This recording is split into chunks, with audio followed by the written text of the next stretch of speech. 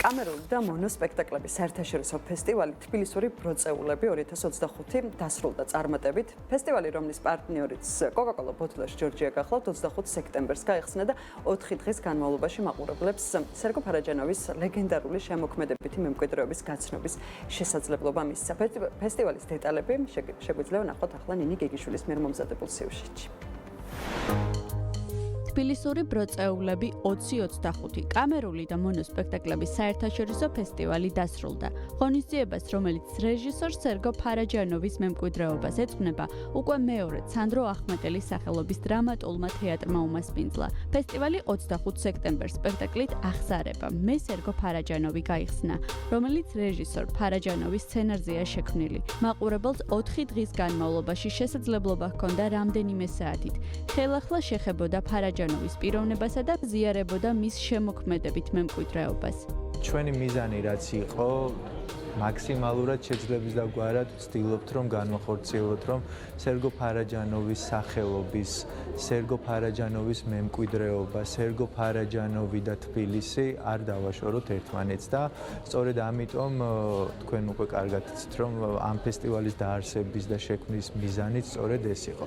ფესტივალი რომ ვითარდება, ამაზე ისიც მეტყველებს რომ უკვე ძალიან მასშტაბურად ინტერესდება თუნდაც კერძო სექტორი ამ ფესტივალის დასპონსორებით, პარტნიორობით, თანამშრომლობით, რაც იმას ნიშნავს, რომ თითო ნაბიჯი უკვე მყარი ყოველ წელს გადადგმულია სხვადასხვა კომპანიის მიმართ. ღონისძიების მთავარი მხარდამჭერი Coca-Cola ბოთლერს ჯორჯია იყო.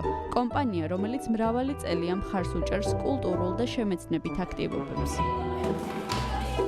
წლევანდელი პროგრამა გამორჩეული იყო მრავალფეროვნებით. ღონისძიების ფარგლებში მაყურებელმა იხილა მონოსპექტაკლები, კამერული დადგმები და ქორეოგრაფიული წარმოდგენები. ფესტივალში მონაწილეობდა 9 ქვეყნის წარმომადგენელი, მათ შორის ამერიკელი, გერმანელი, ესპანელი და სხვა ქვეყნის არტისტები.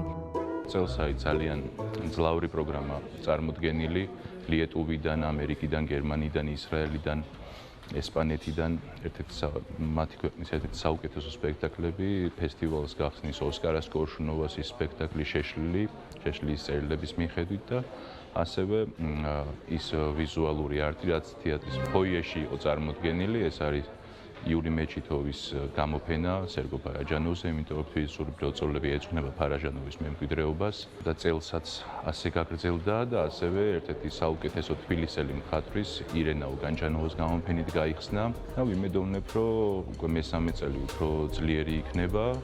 დახურვის ცერემონია 28 სექტემბერს გაიმართა. როგორც ორგანიზატორები ამბობენ, ფესტივალმა კიდევ ერთხელ წარმოაჩინა თბილისის თეატრალური ცხოვრების მრავალფეროვნება და საერთაშორისო თანამშრომლობის მნიშვნელობა.